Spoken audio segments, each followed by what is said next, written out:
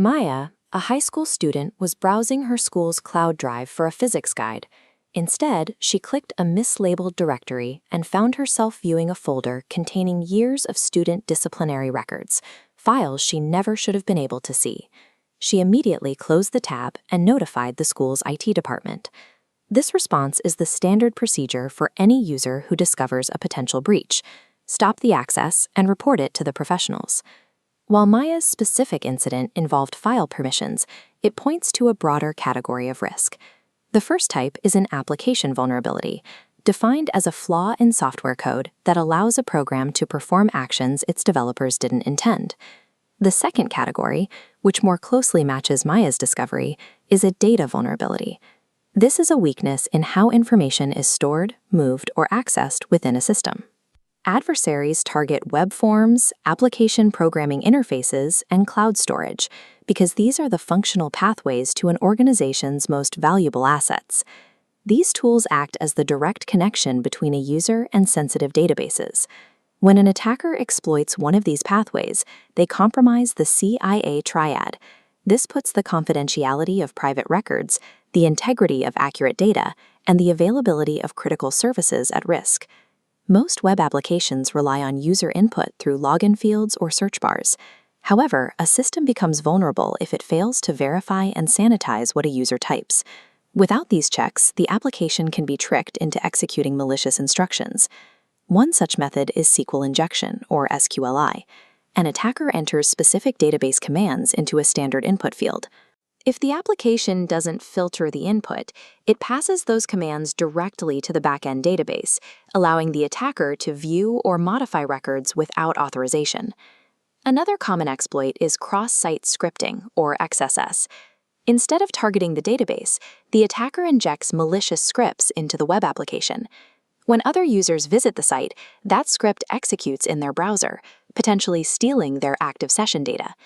Defending against these exploits requires strict input validation.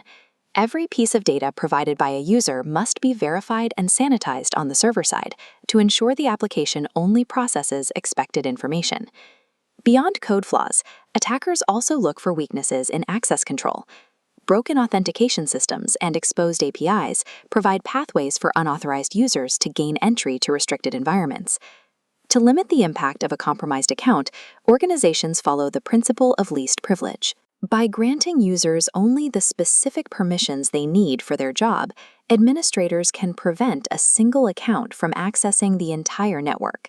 Data remains at risk if cloud storage is misconfigured to allow public access. Additionally, failing to use strong encryption means that any data intercepted during transit becomes readable to anyone who captures the network traffic. Security analysts monitor system logs for indicators of compromise. They look for anomalies such as unusual application behavior, unauthorized record changes, or login attempts from unexpected locations. Access control is the functional foundation of security. When permissions are configured correctly, they act as a safeguard that can prevent a minor configuration error from escalating into a significant data breach. In Maya's case, the school's IT team reviewed the logs and found that the disciplinary folder had been set to public during a server migration. The exposure was the result of a cloud storage misconfiguration. The team corrected the permissions using the principle of least privilege and verified that the files were encrypted. These actions restored the confidentiality of the student records and ensured the folder was restricted to authorized staff.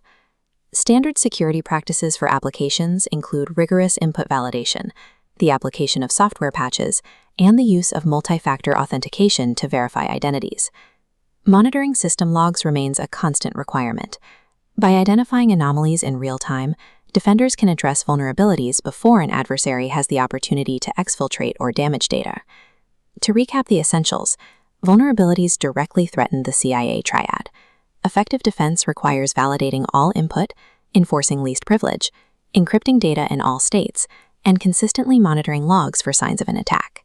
Consider these 3 questions to test your understanding of how these concepts apply to real-world scenarios.